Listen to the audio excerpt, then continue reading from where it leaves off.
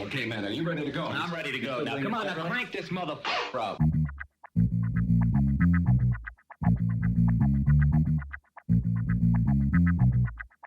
Break it down like this.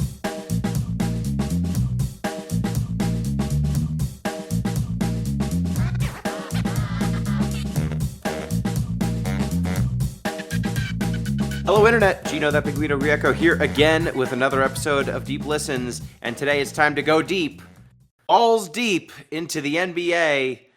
It's the 2025-2026 season. The NBA is kicking off. We've done these shows now for many years, and it's time once again to talk about when the balls go in the hoops. Joining me, as always, to discuss tall affiliated sports, Pete Busby. How you doing, Pete? Glad to be here as our basketball and volleyball correspondent.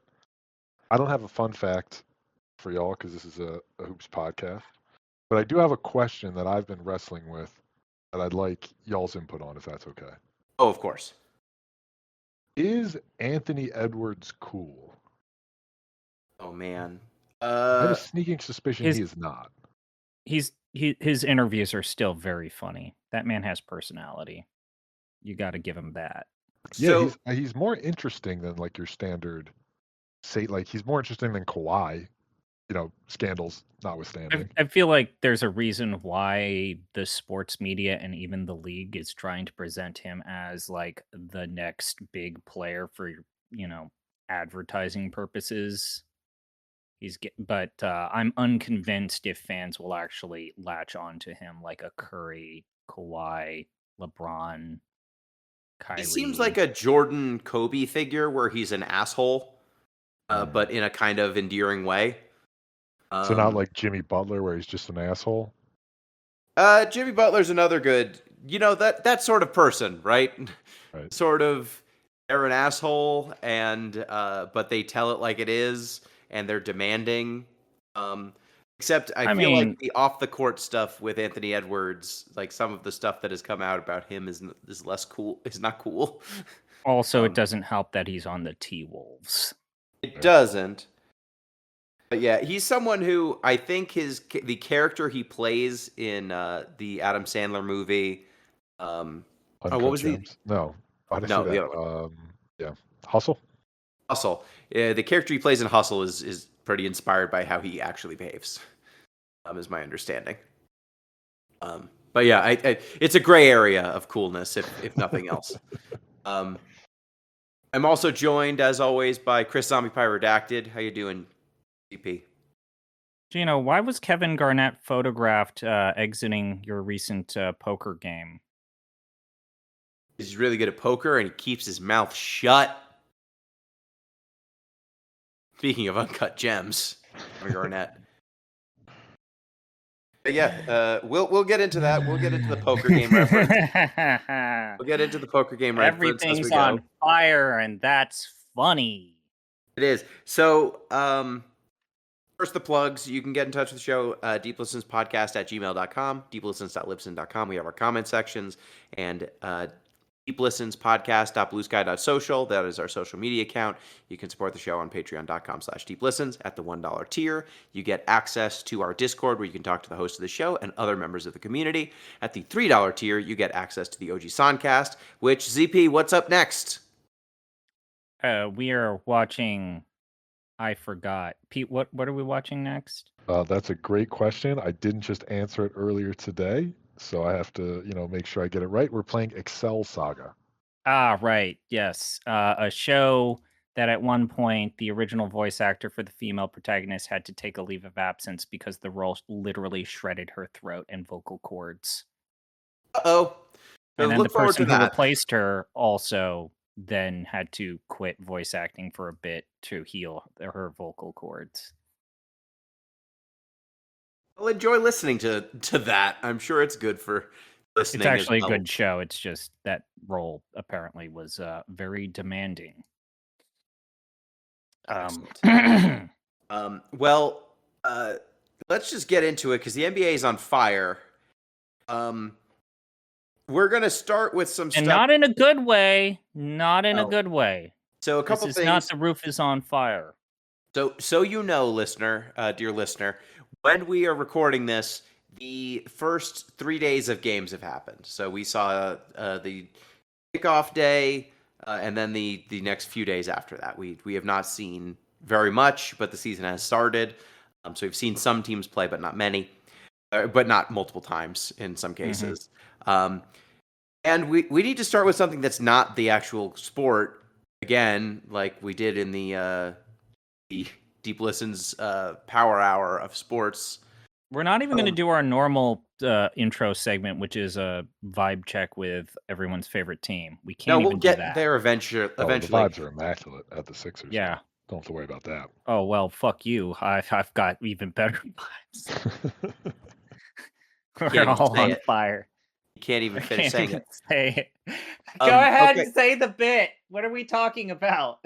What we're talking about is there have been some arrests made into of NBA players and coaches for illegal sports gambling and gambling in general. AZP, who got arrested?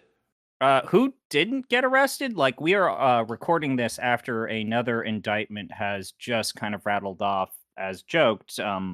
Previously, it was Damon Jones, Chauncey Billups, and now it's expanded to be Kevin Garnett as well. He got arrested? No, he's been indicted. Okay. Terry Rozier also. So there are two sets of charges here. There's some insider trading of knowledge, I would say. Like people being tipped off to players leaving games early or who was or was not playing. So Terry Rozier is accused of like stepping out of a game after 10 minutes after letting people know that he wasn't feeling right, or that he was going to step out early. And then big bets came in on his under. And for those who don't know, like you can bet on individual stats of players. These are called prop bets. And if you know that someone's going to leave early, you know that their prop bet, whatever number they are supposed to get, the prop bet for that will come in under. So you know for a fact that you will win. So irregular bets on Terry Rozier. There was an irregular bet. Chauncey Billups had told apparently some, and this is from the indictments. This is from, there's some facts about one of the indicted co-conspirators that they don't name Chauncey by name, but they Co-conspirator 8. Yes, co-conspirator 8 happens to have played basketball the exact years that Chauncey Billups did, and then became an NBA head coach the same year Chauncey Billups did. And apparently the information was on the Portland Trail Blazers, the team he coaches. So we're pretty sure that he told someone that he was resting his starters before it was public information. Damon Jones let people know that LeBron wasn't playing apparently in one game early. So all of them were rounded up. But Chauncey also, there's a second set of charges. So there's the insider trading of knowledge charges. And the second one, ZP, tell me about poker and basketball. So it seems that Chauncey, similar to Gilbert Arenas, which there is a body of growing evidence that maybe in order for Gil to be a little bit protected, this is alleged, may have informed the authorities, people who were also involved with playing illegal poker games where the cards were doctored. Chauncey's card game has now been connected to 4 out of the 5 New York La Cosa Nostra aligned families. Mhm. And this is bad because it is now involved with the FBI. And if you know a thing or two about the FBI, they only really do their indictments and make them public after they feel like the case is sealed tight. So not good. This man was a coach, and he was apparently running illegal poker games Yeah, where so the odds were rigged. when we say he was a coach, we mean he was a coach this week. He was a coach until he got arrested this week. The Portland Trail Blazers currently don't have a head coach because he in jail. He posted his bond. Obviously, he posted bond. He posted right? bail, but they functionally don't have a head coach. They're not going to let him coach a team while he is indicted by the FBI, I assume. So they functionally don't have a head coach anymore. And That seems disruptive. The opening week of the I NBA think season. that the other. Sorry, Pete. Go ahead. No, I'm saying this could be what they call a distraction. Yeah. No, I think that the most recent interview while a game was going on with Adam Silver, where he's saying, "I'm really deeply disturbed by this." The league looks terrible because, in the case of, say, Terry Rozier, they supposedly did an investigation and then absolved him of any wrongdoing. Oops. And now the FBI saying, yeah, no. Well, look, Like, maybe the Pete, league knows more than the FBI. which You is know? weird, Pete, for, to say that, because what is it? Like, the gambling and betting websites actually tipped the NBA off about the irregularities with Terry Oh, yeah. Rozier related bets. They do. And what was the they did. league's response? Ask him to Minus. stop playing. That was it.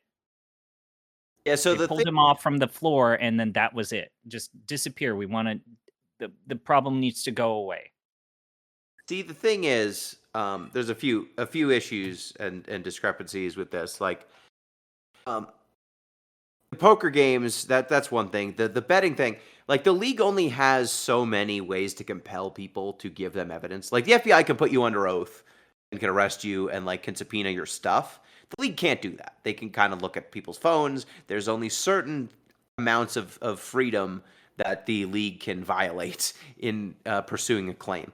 So I understand that they're not going to catch what the FBI can catch, but it is very bad that this is now the second major gambling scandal in less than a year. Not good. The Jonte Porter scandal last year, which got Michael Porter Jr.'s brother, Jonte Porter, banned for life from basketball for tipping people off to games he was going to leave early. And in the case of Terry Rozier, this man has literally been named in every single one of these gambling and sports betting scandals practically every single time. And the league has repeatedly said, yeah, I can't find anything. And Michael Beasley also is basically away from basketball because of gambling problems.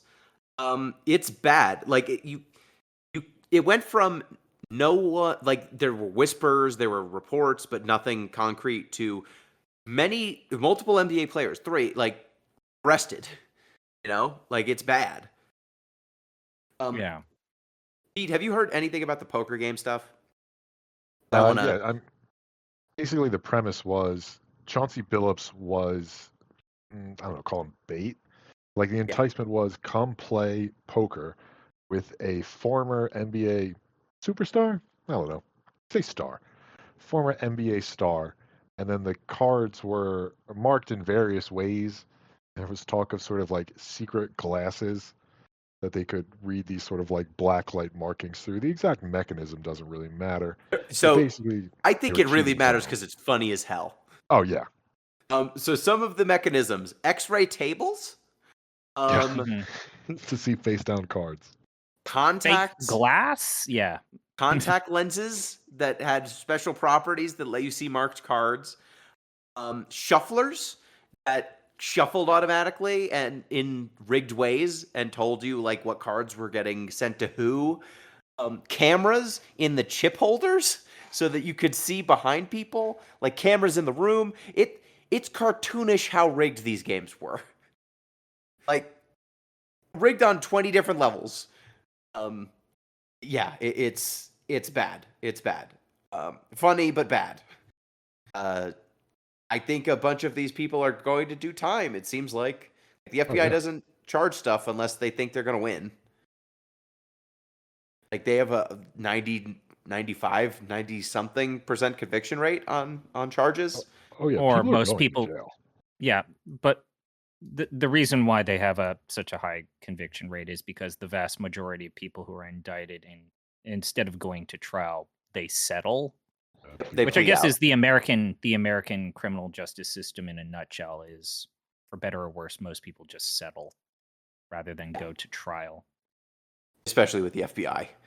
Yeah. So this is bad because it's the first week of the season, and now we can talk about basketball. But how do you not talk about a bunch of arrests of NBA like coaches, former coaches, players?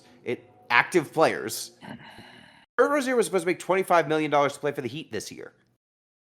And he's not. He's just going to be in basketball jail and maybe actual jail. We'll see. Okay, let's do our normal vibe check. ZP, let's start with you because your vibes are the lowest. Are my vibes actually lower than Pete's? I don't know. Mine might be worse. Yeah, his might be worse. Did you not see what Joel Embiid looked like in Game 1? Oh, I'm aware that Joel Embiid's knees are vermicelli. I'm aware. He's probably Pete. How many games do you think he plays where he looks like himself this year? Oh, where like he actually looks like Joel Embiid world killer? Like a player who's worth a max contract. Oh, I don't know. Oh, I think it's below. It's in the teens. Yeah. If he plays that many, I think it's in the teens. I think he's going to be a player who some days his body just doesn't let him play, and some days he is somehow able to cobble it together. He might be able to get stats even not feeling 100%, but I doubt he's going to be healthy. But you at least shoot. You have VJ Edgecombe. That's exciting. Yeah. I mean, we got Tyrese Maxey for what it's worth at this point. Paul George is still there, right? He's playing? Who cares? I guess would be my answer. I think that you have at least a player that is in the conversation to be a candidate for Sixth Man of the Year. Sweet Lou Williams came back? No. No. You had me excited for a second there. Who were you referencing, ZP? Quentin Grimes. That's true. You do have Grimy. That's something. I feel like you have a young, exciting player, Pete, and that makes your team, for even the Joel Embiid of it all, less depressing than the Kings. That's why I'm going to drink during this podcast. Oh, you. That's why. And because I've decided to maximize my pain, I am drinking a Bud Light Lime. Oh no! They still make those? Oh, this tastes like dirt. Fuck me. I didn't think they made those anymore.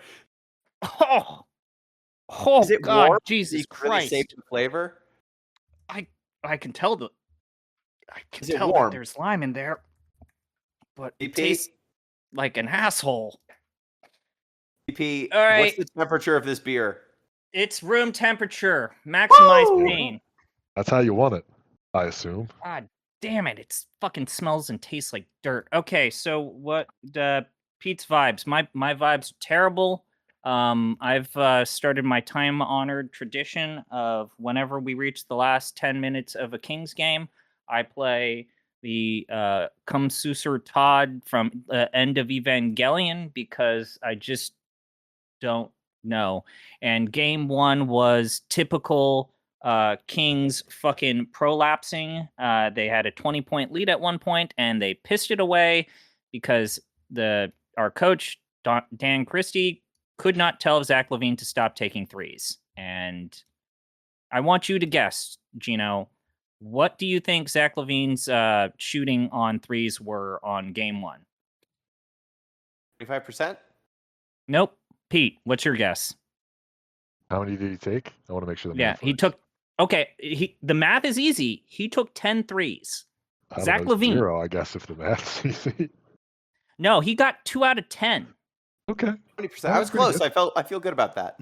Pretty good. He still got 30 points because he kept taking those stupid-ass contested jumpers from the mid-range that he's actually very good at, but also he's... Fuck me, dude. The starting center, because Domantas Sabonis is out, was Nick Clifford, and he got hurt about 20 minutes into the game. So because the only person that is 6'9" on the team that you want to play starting minutes is Domantas Sabonis, we've got Dario Saric and Drew Eubanks playing the 5. Oof. Sick. I like That's Sarge, so but that's cool. grim. That's so And cool. our point guard situation is starting is Dennis Schroeder, followed by Russell Westbrook, and not even the backup. The third string is Keon Ellis, the actual player you probably want to start. Yeah, you're bet. So I think that list. Dennis Schroeder is a starter. Like he's like a fringe starter, backup type of guy at this point. Russell Westbrook, look, as someone who had him on my team last year, he giveth and he taketh. He will put two things onto the table and then knock both of them off the table violently. That's kind of his MO. But Keon Ellis is just a role-playing defensive point guard who most teams could use. So it's weird to me that you've added two kind of large personalities who demand the ball to do stuff when you had, and then you also have Zach LaVine and DeMar DeRozan and Domantas Sabonis who also want the ball a lot. So you've So added who's two high passing the usage ball point is a guards. great question. Who's defending on the wing is a great question. These Yeah, are all 'cause great questions. It's not This is- DeMar and it's not Zach.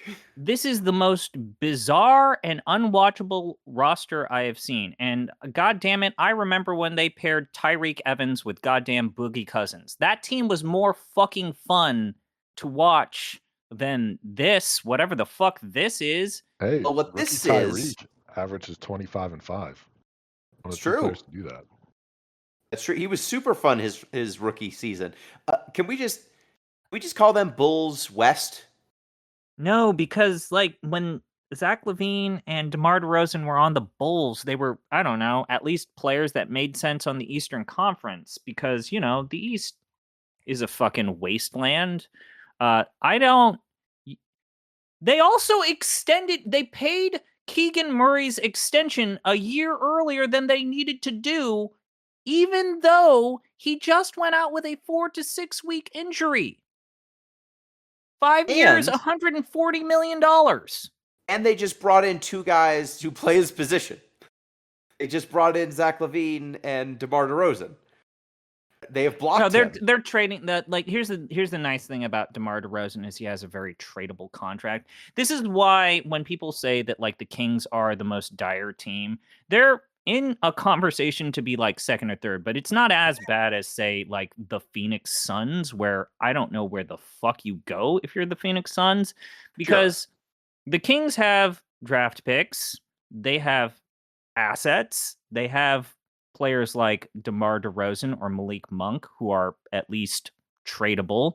If you want to give up on Keon Ellis, which you shouldn't, because he actually makes a ton of sense,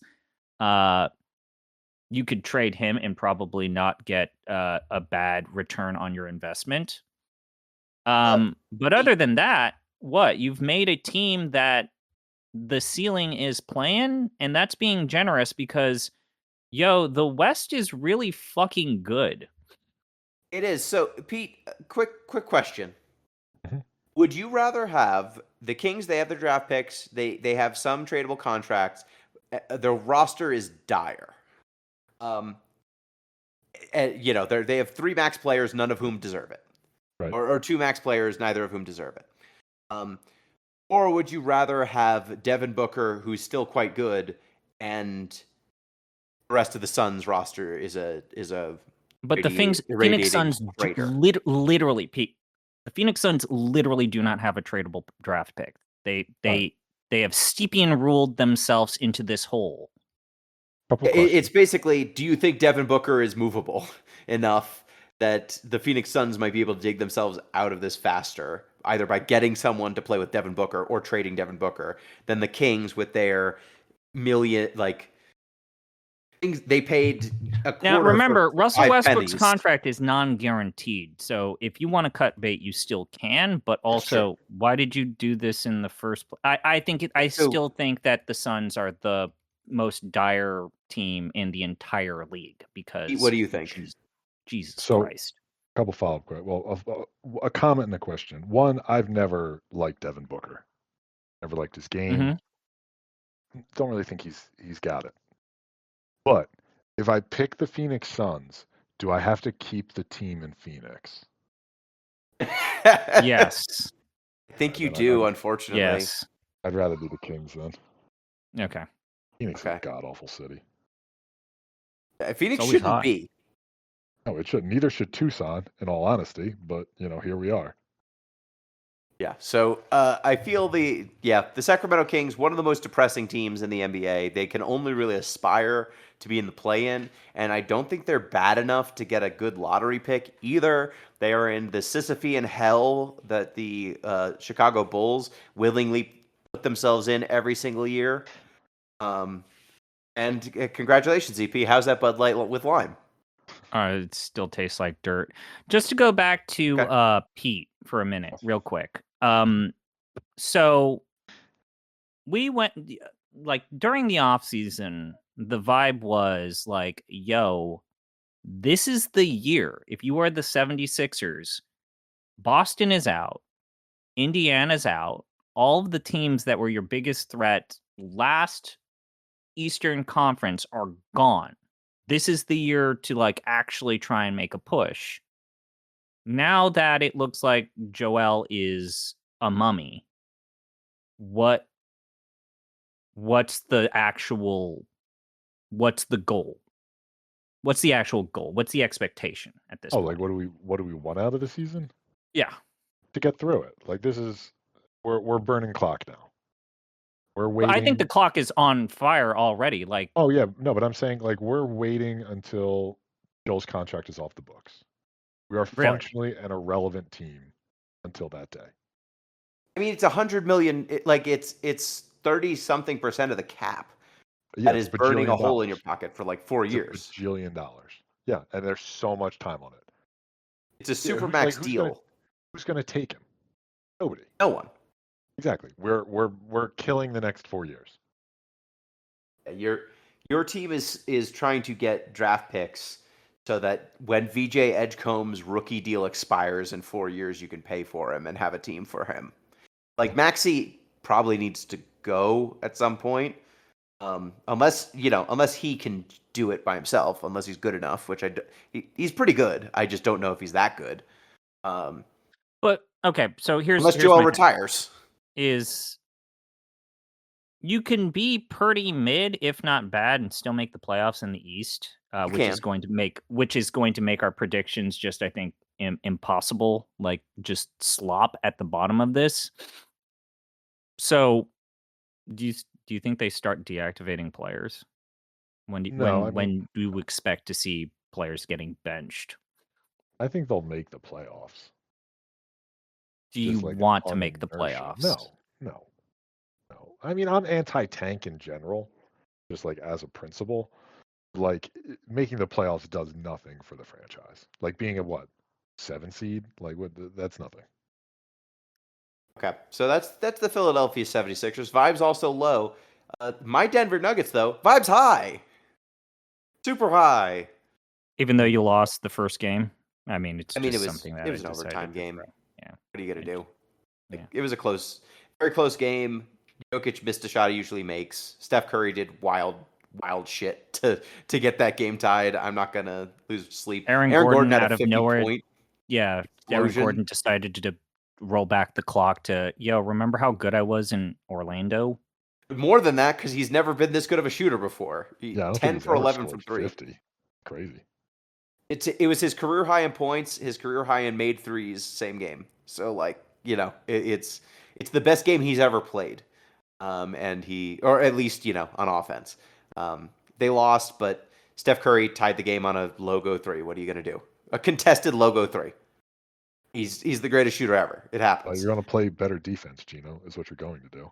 Are you happy with the new coach? Is the vibe with the new coach okay to good? Yeah, David Adelman, I think at least he is experimenting with rotations. He is trying different mixes of players that I think make sense. He's threatening to have a 11-man rotation. They kind of had 9.5, like 10, but one guy only played 5 minutes. So I'm excited to see that because Michael Malone was pretty rigid with his rotations unless injuries forced his hand. So seeing more of the players actually cycle in and out, I think is good.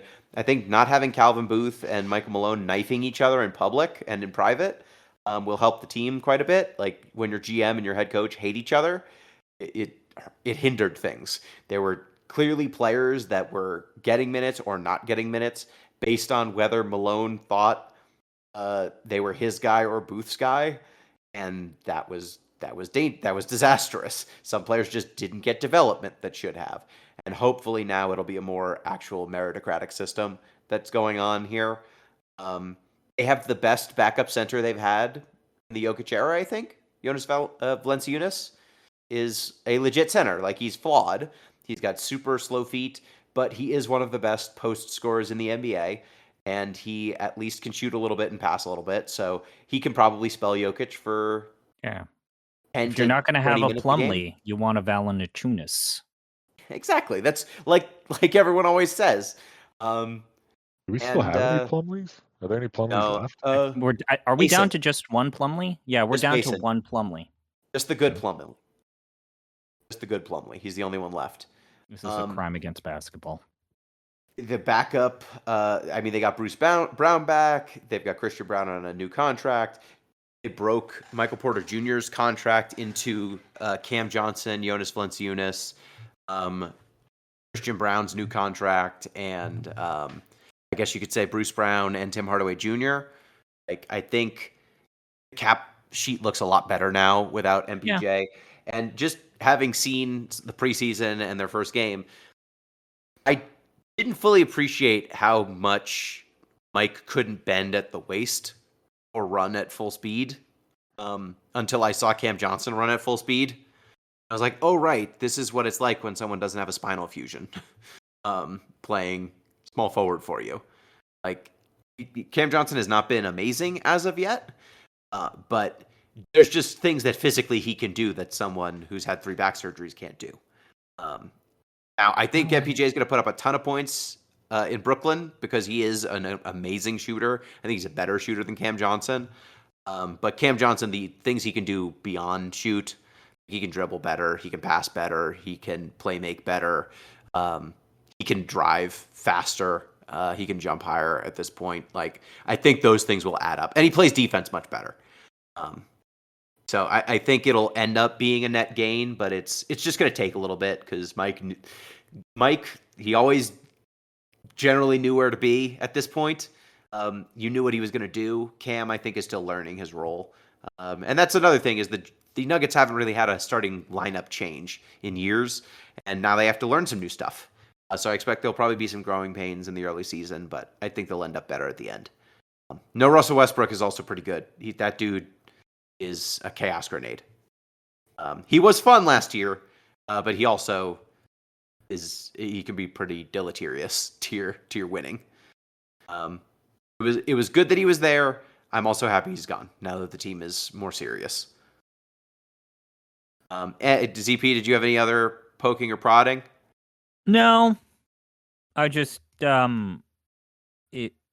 only time will tell if they can beat the monolith that continues to be the thorn in their side in the Western Conference when come playoff time happens. The Thunder or the Timberwolves? Or both? I think both are a problem, but I absolutely think that I was referencing the Thunder. Okay. We will get into that. Quick question, ZP. How is your Bud Light with lime? I'm halfway done with the bottle. My tummy don't feel good. Okay, it's a bottle, not a can. Yeah. Oh, you don't drink a classy beer like a BBL out of BLL out of a can. Of course not. Okay, so we actually recorded a show where we reviewed how we did at year end, but it got lost in the ether. So we'll go over how we did it with our last year's predictions before making this year's predictions. Just so you know where we stood last season. So for MVP, it's important. MVP, Pete said Anthony Edwards. He was wrong. I said Luka Doncic. I was wrong. ZP said Shai Gilgeous-Alexander. He nailed it. Way to go, ZP. Yeah.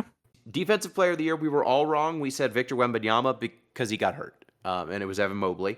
So that's tough break, but not much we can do there. The person who you give that award to is Evan Mobley in that season. I have no problem with him getting that because Victor played half the season. Exactly. And most improved player, Pete had Scotty Barnes, ZP had Jalen Williams, and I had Scoot Henderson. All 3 of us were wrong, unfortunately. The most improved player last season was Dyson Daniels of the Atlanta Hawks, who was a steal machine. He also got the best nickname, I feel, in the NBA currently. Do you know his nickname? I don't, but now I'm curious to hear it. GP, do you want to say it? Are you sure you want me to? He's called, because he is Australian, the Great Barrier Thief. Ah, That's a good one. That's a really good nickname. I mean, For especially on the scale of like current NBA nicknames. yeah, Which is it's a wasteland. So yeah, the Great Barrier Thief when he's leading the league in steals. That's a good one.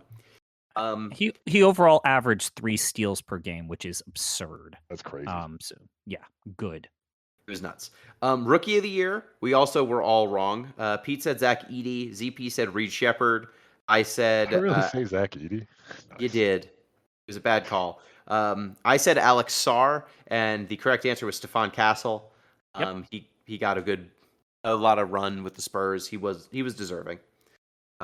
Coach of the year, Pete said Jamal Mosley with the Magic. Good guess, but no. ZP said Taylor Jenkins, who got fired.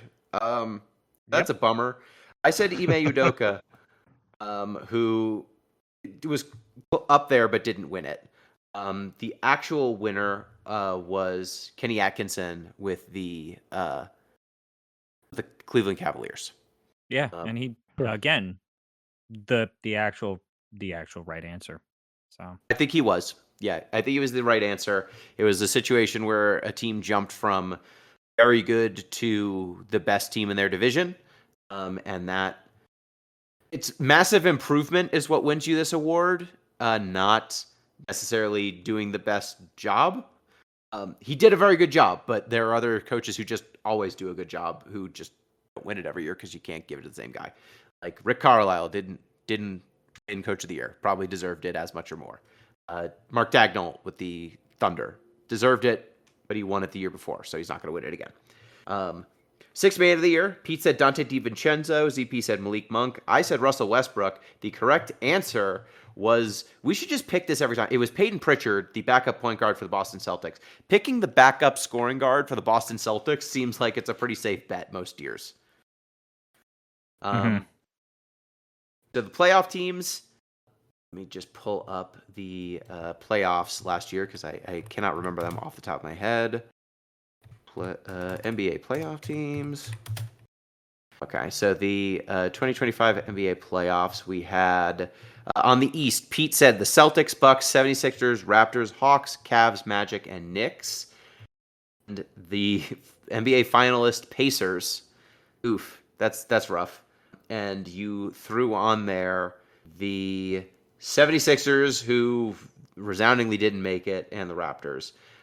ZP had the Celtics, Knicks, Cavs, Bucks, 76ers, Pacers, Miami, Orlando. So had the 76ers and shouldn't have, but I think the rest of it was accurate, and you were missing the Pistons.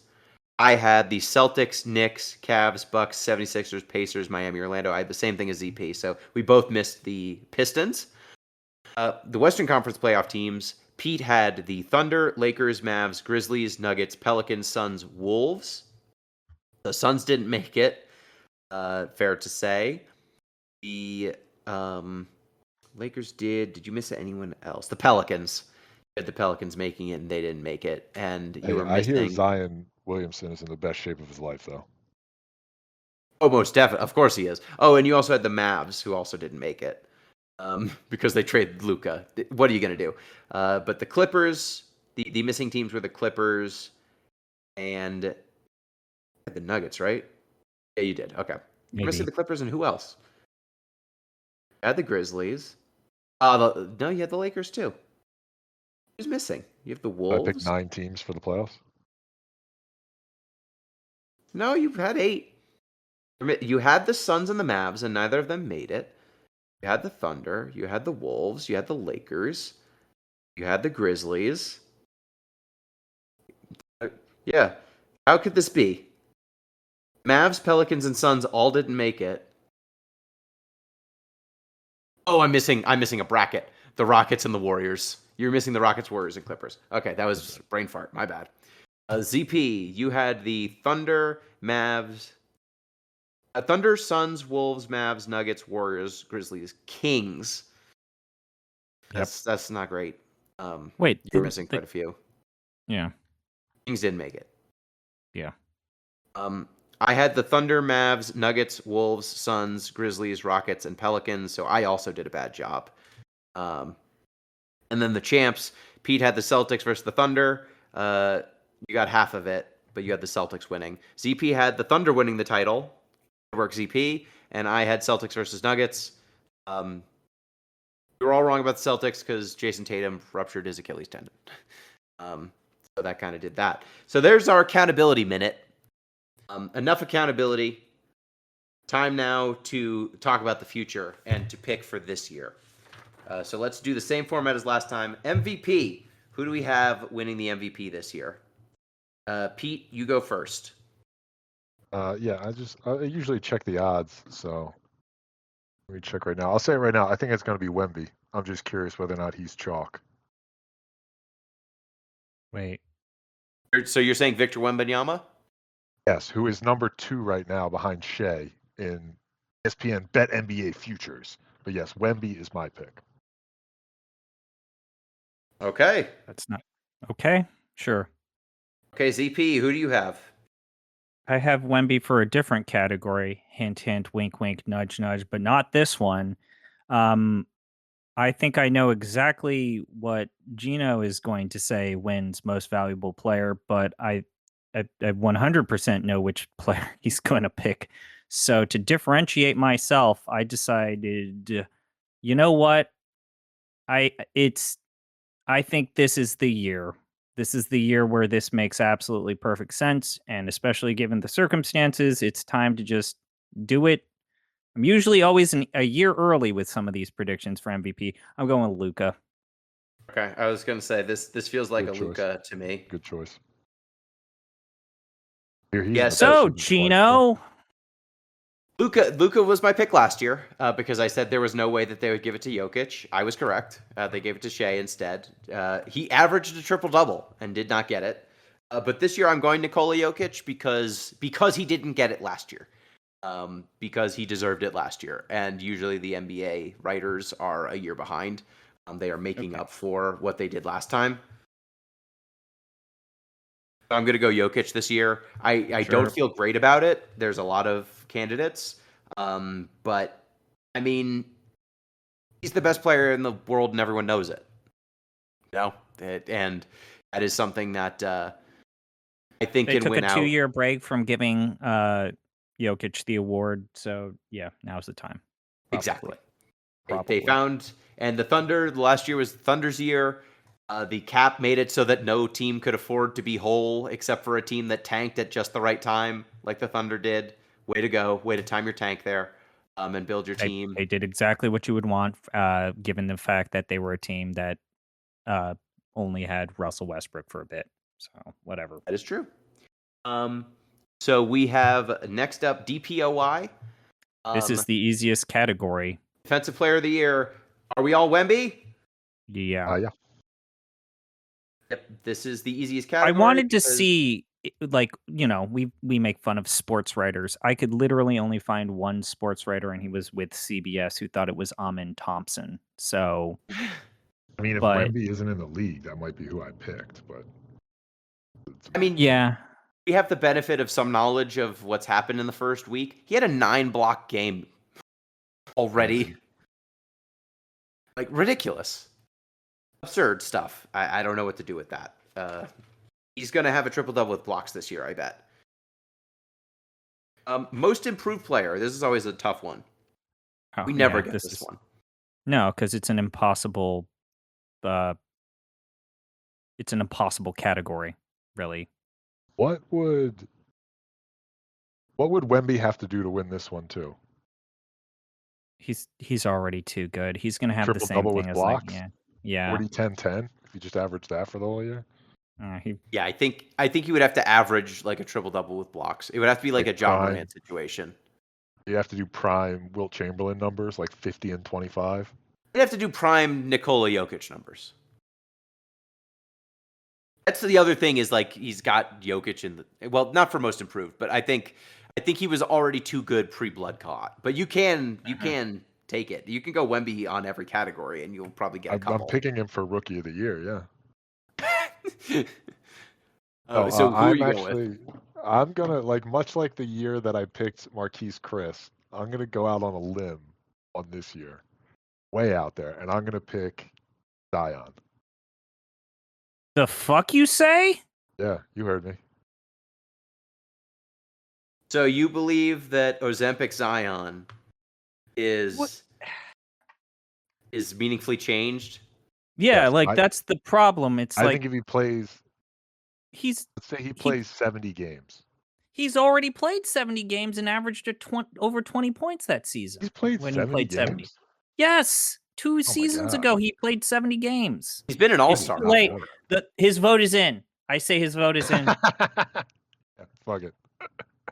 Zion Williamson ascends to the Oh, MVP God. level by putting down the beignets. I think he's got a shot at it. I think he has a genuine shot at it. Fuck me, man. DP, who do you have? I was torn, funnily enough, by 2 players for this category.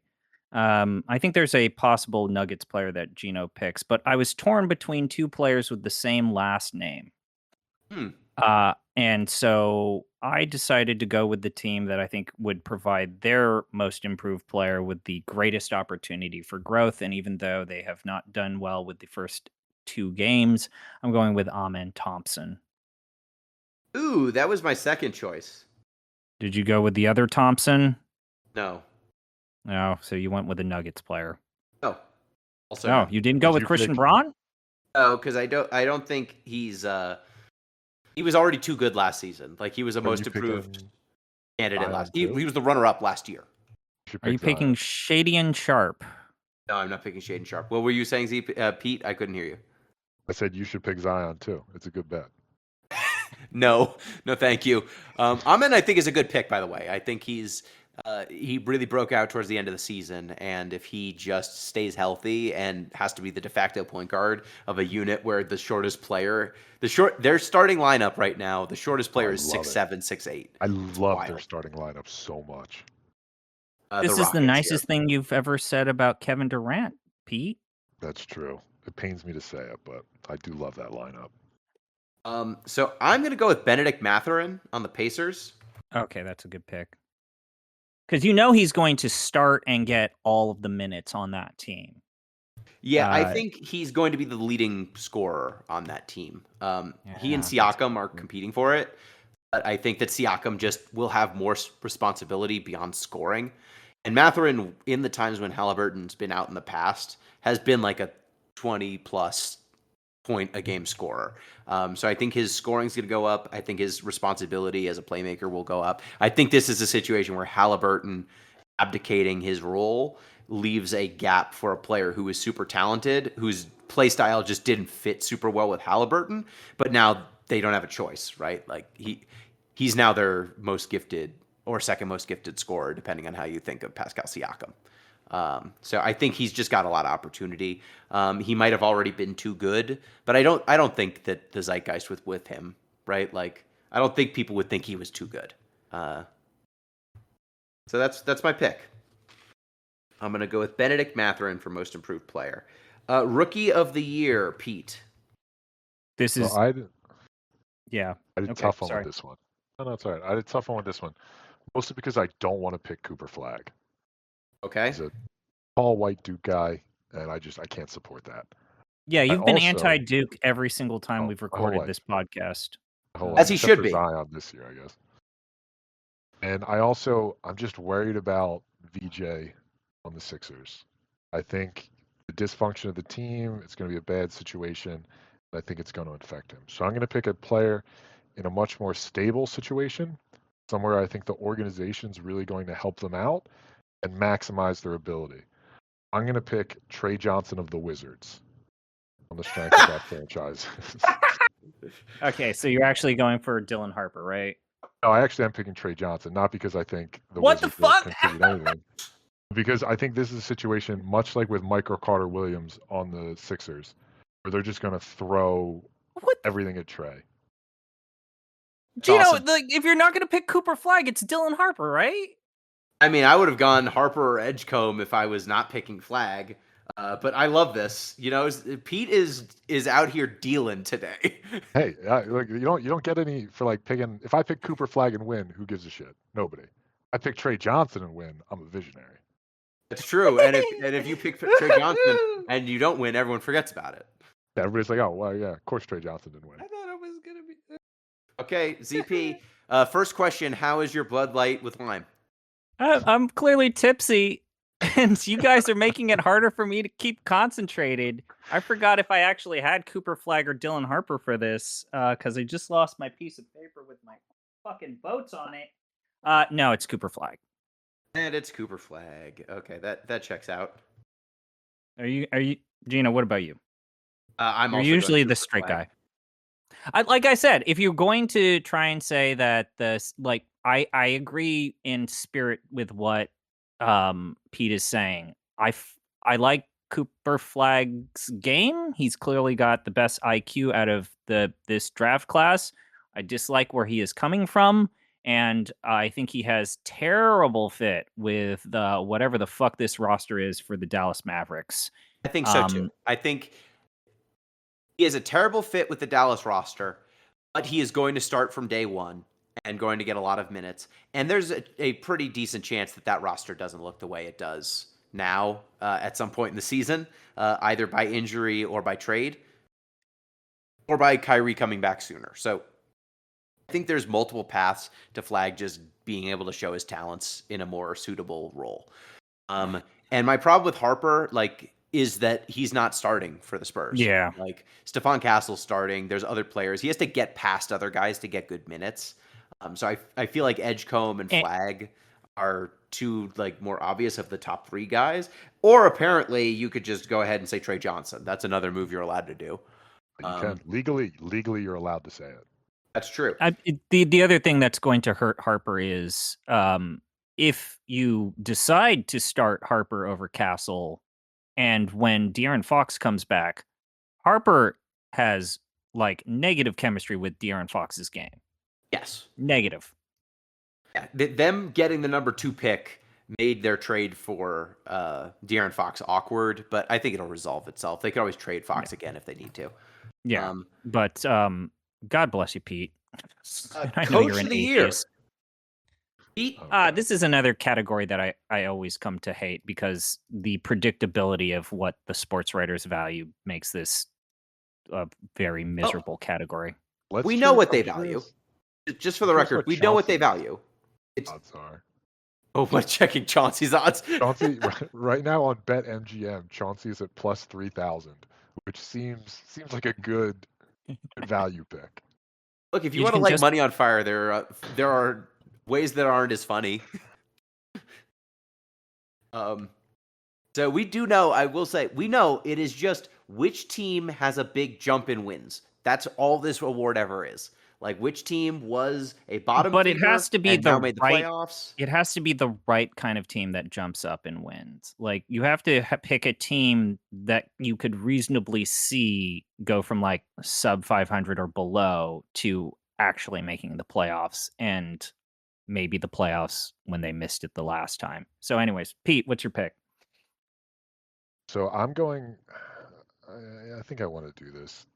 I'm basing it on Gino's argument for MVP. Usually they're a year behind, and they should have probably done this pick last year, but they didn't, so they're going to do it this year.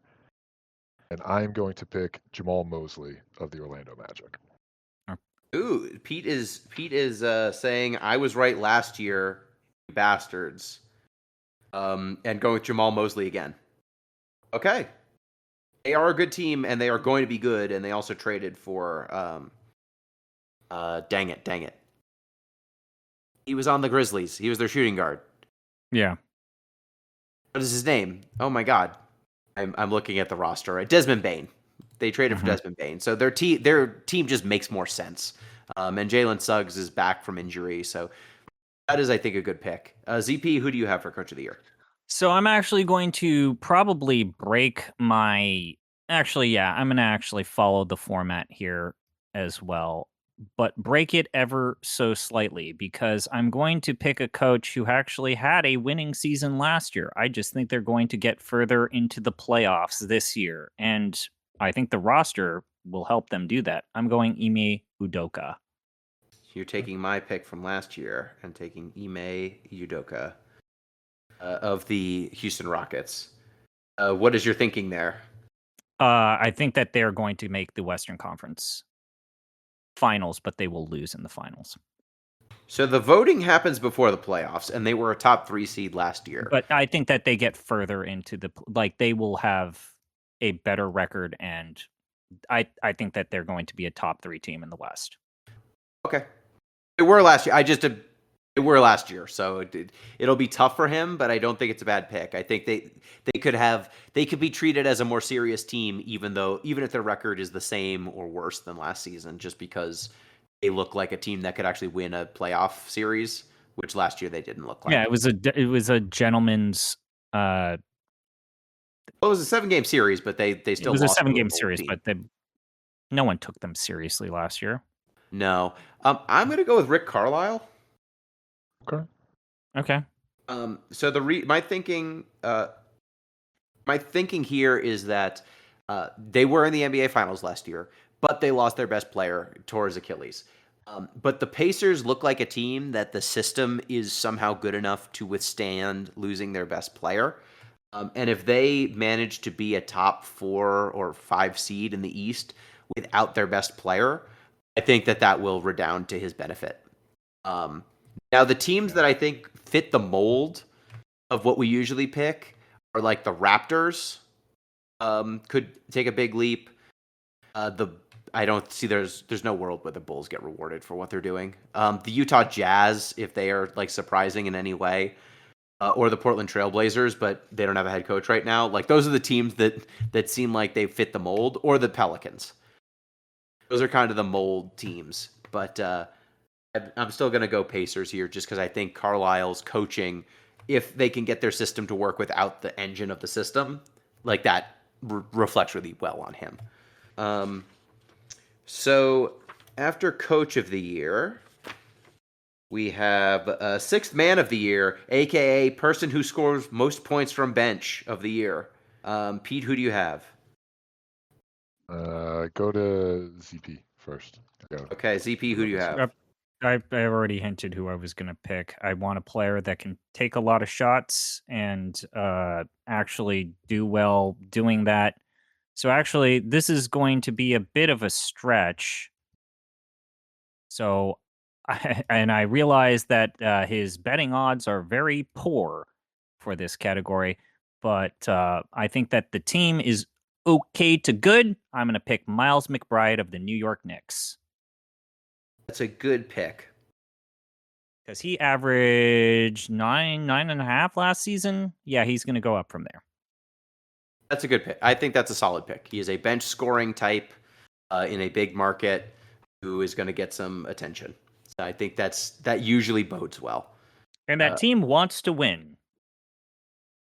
I agree. Pete, who do you have? I'm going to invoke the Lou Williams corollary. Pick a guy who I think is a guard that's going to score a lot of points off the bench. Help that he's coming back after more or less a lost season. I'm going to pick Dante DiVincenzo. Okay. I like this because that was Pete's pick last year. Yeah, I think I was right on all fronts, and I'm just running it back. A little hard part, he's starting now, but we'll see. We'll see if he keeps that starting role. Yeah, I mean, Manu started a lot too, you know? I've got it down to 2 guys. Anthony Simons of the Celtics and AJ Mitchell of the Thunder. I did think about Anthony. I did as well. Anthony Simons, he's a Boston Celtics backup guard on a team that's going to shoot a lot. The winners have been backup point guards for the Boston Celtics like 2 out of the last 3 years, I think it was. Malcolm Brogdon got this a couple of years ago. And it's also hard to pick out one player from the Thunder just because they're so dang deep. I think I'm going to go Anthony Simons, but AJ Mitchell has been a heck of a scoring punch off the bench for the Thunder so far. So I think there's a lot of potential people to win this award this year. It's getting harder. This used to be an easy award to pick. It was like Lou Williams every year. This is why I think this might be the year where our personal theory gets put to the test, because the current betting odds favorite is a player that I think is a genuine good candidate or person to pick for the Sixth Man a Year. Vegas thinks that it's Nas Reed, and I would, despite all of my animosity directed at, the T-Wolves, I would be so happy if Nas Reed got Sixth Man of the Year, because Again? he is not the type of person who is the traditional format of the Sixth Man. He's won it already. Chucker. Yeah, he won it already. He won it last year, but he's a perfect candidate for Sixth Man. Yeah, I mean, he's a scoring center. He is Montrezl Harrell instead of Lou Williams. He does a little bit more defense than Montrezl. That's true.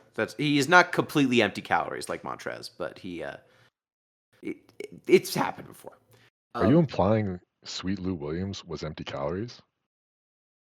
Yeah, especially when they were honey glazed sweet chicken. I was going to say lemon chicken, calories. especially the lemon chicken calories. How dare you? Yeah, the lemon pepper wing calories are the calories that he devalued the most. Eastern Conference playoff teams. Pete. Fucking holy shit, dude. What? Fucking hell. Is this the most top-heavy we've ever seen a conference in the history of the NBA? Like because the it sure present feels Eastern like... Conference? Yeah. Is it top heavy or bottom heavy? I was going to say it's bottom low or like bottom light. What would the term be? There's a lot of shitty teams. Yeah. Bottomless. The top three teams are, the top three teams, and then everything else is flotsam. Yeah, it's a wasteland, the Eastern Conference. Pete, what teams do you have making the playoffs? All right. As usual, we'll do these in no particular order. Mm-hmm. I have the Cavs, Knicks, Magic, Hawks, Celtics, Bucks, Pacers. Is that 6? I counted 8. Cavs, Knicks, Magic, Hawks, Celtics, Bucks, Pacers. That's 7. Sorry. Okay. Cavs, Knicks, Magic, Hawks, Celtics, Bucks, Pacers. And we need Pistons. our 2 playing teams, right?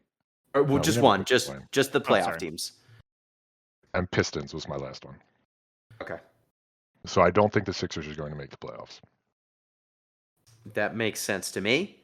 ZP, who do you have? I have... Wait, so we're doing 8 or not 10? 8. Okay. I've got Cavs, Knicks, Magic, Hawks, Pistons, Bucks, 76ers, Raptors. Did you say Bucks, 76ers, Raptors? Yes. Okay. All right. Interesting.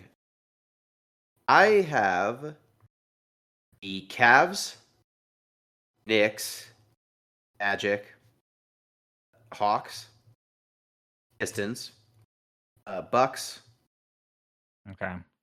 Pacers, Oh, okay. and then this is the tough one. I don't think the Heat are very good, but Eric Spoelstra is a lunatic who manages to always make the playoffs. Raptors look kind of exciting. The 76ers, I don't trust them at all. And then there's the Celtics, who I think still they're have tanking this year. some players. I mean, they might be tanking. They still have some players. I think I'm just gonna go to the Heat because dang it, they always make the play in, and they always rise up out of it. I don't know how. I feel like disrespecting Eric Spoelstra just always ends up biting you. So the Western Conference, Pete, who do you have? Okay. Thunder, Nuggets, Rockets, Lakers, T-Wolves, Spurs, Warriors, and we'll go Grizzlies. Grizzlies. Yeah, I think the NBA is going to come down hard on Kawhi, and I don't think the Clippers will get in. Oh, that's a good point. Do we actually think that Kawhi will be able to play this year? You said Thunder, Nuggets, Rockets, Wolves, Lakers, Grizzlies, and what were the other two? I hadn't considered that. Thunder, Pete. Nuggets, Rockets, Lakers, T-Wolves, Warriors, Spurs, Grizzlies. Okay. I left out the Mavericks and I left out the Clippers.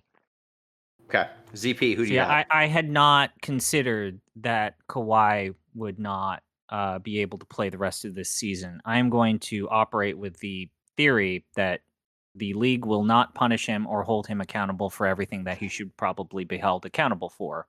I don't know. That's just a vibe, I guess. So I am Thunder, Rockets, Nuggets, Warriors, Clippers, T-Wolves, Spurs, Lakers.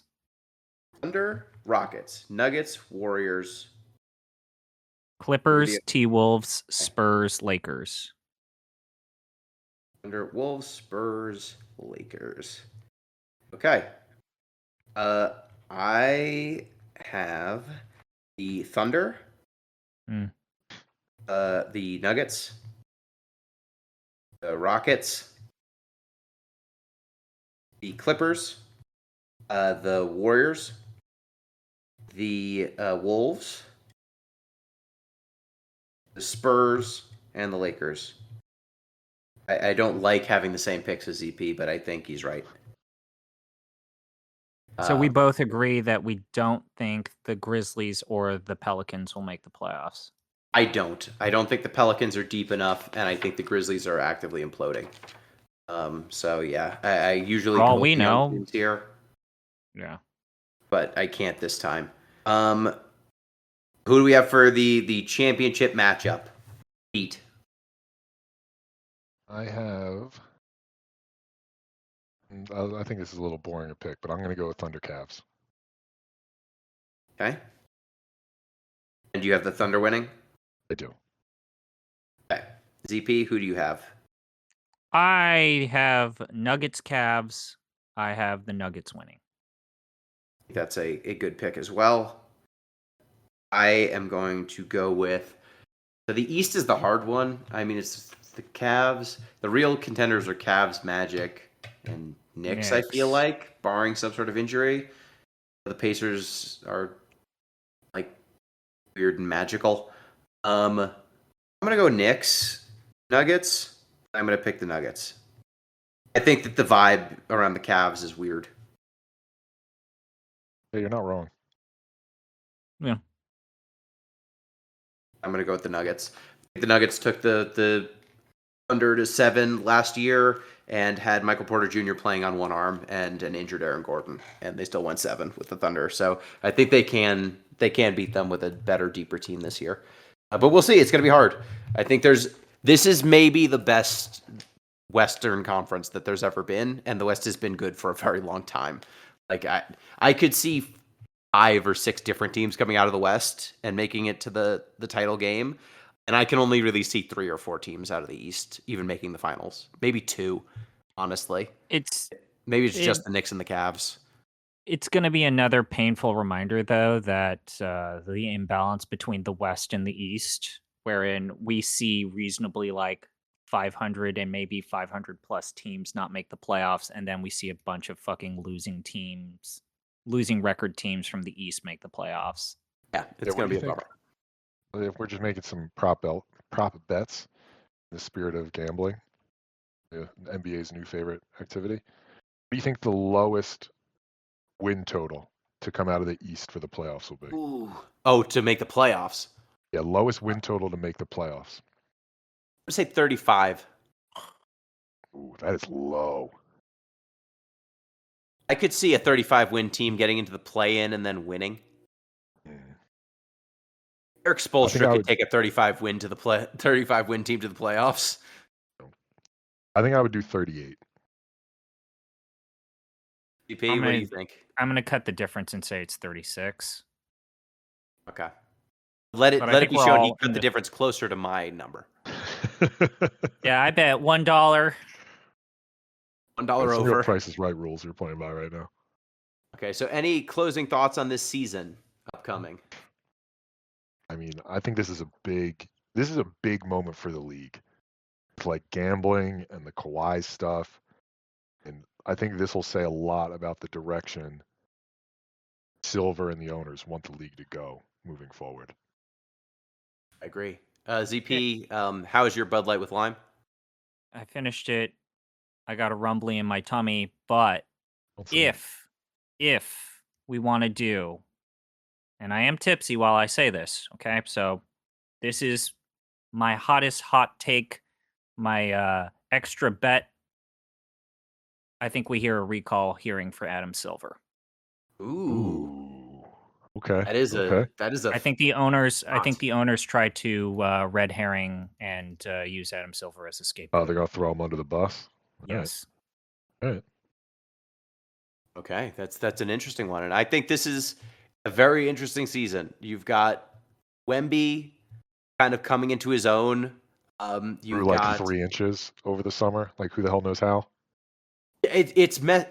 Man, he is huge. Yeah, It's like not fair. 7'5" now. Yeah, they're saying 7'5". I heard someone say 7'7" in a Jeez. report. Like he was never 7'3". That was always inaccurate. So I mean, just seeing him stand next to other players who were 7 feet tall, he was clearly taller than them by more than 3 inches.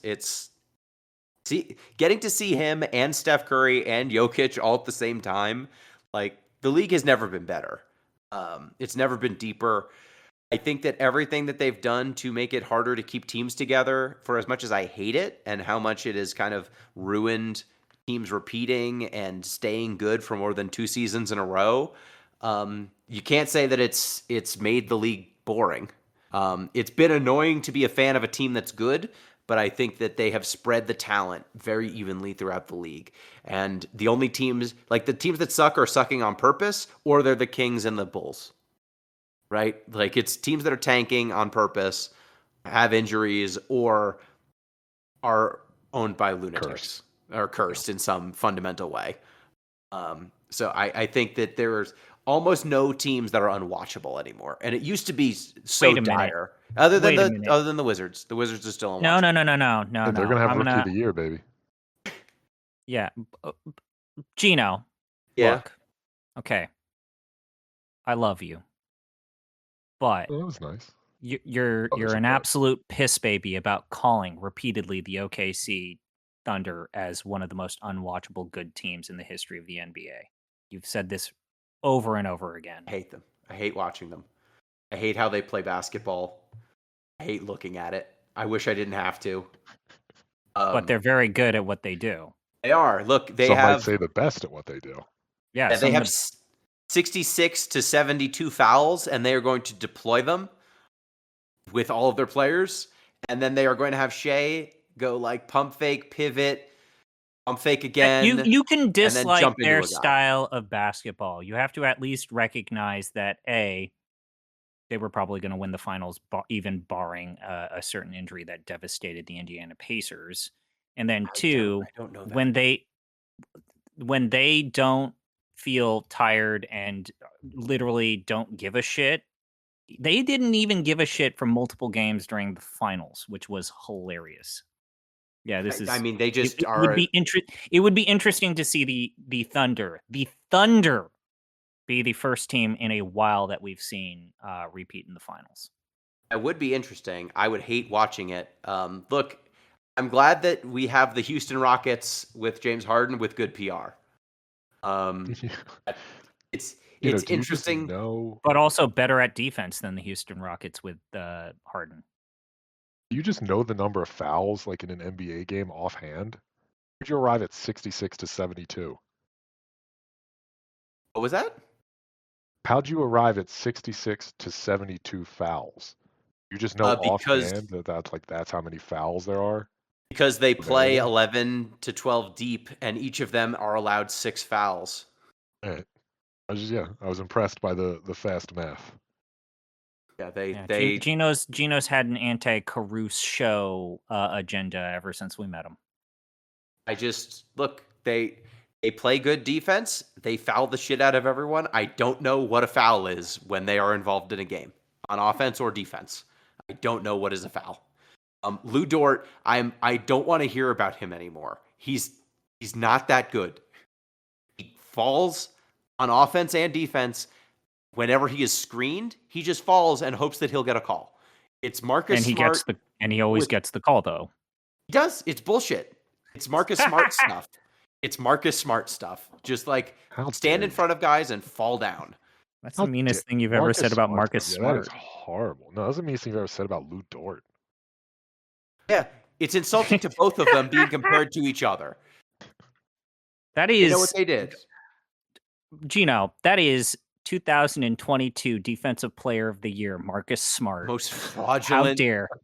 How most dare fraudulent Defensive Player of the Year winner of the last 10 years, Marcus Smart. So fraud. He's like out of. Do you know he's in the league again? Yeah. He's on the Lakers, just doing the same thing, falling down, standing in front of people, falling down, running directly into a screen on purpose and falling down. He has good hustle though, Gino. Just man, this Thunder team. I really hope that they're not the team that bucks the trend and wins back to back. I didn't predict it because I wanted to throw you a bone because I honestly do want to see Jokic in the playoffs and also in the finals. But you're gonna eat this shit sandwich probably. We'll see. I mean, look, we've said that about every team that won the title year after they won the title for the last 5 years. We've been doing this show for at least 5 years, and not a single one of them has even made it past the second round.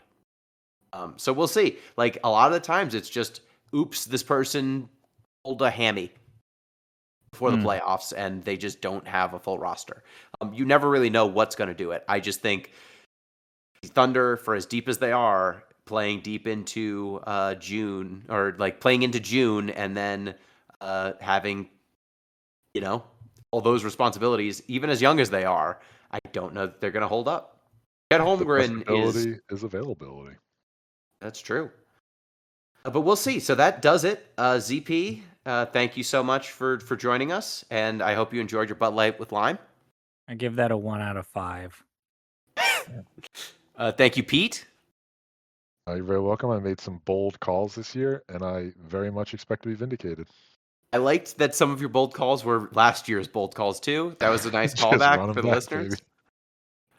And also, thank you, dear listeners. Reminder, you can get in touch with the show, deeplistenspodcast@gmail.com, deeplistens.libsyn.com. That's where you can download the show and where we have our comment sections.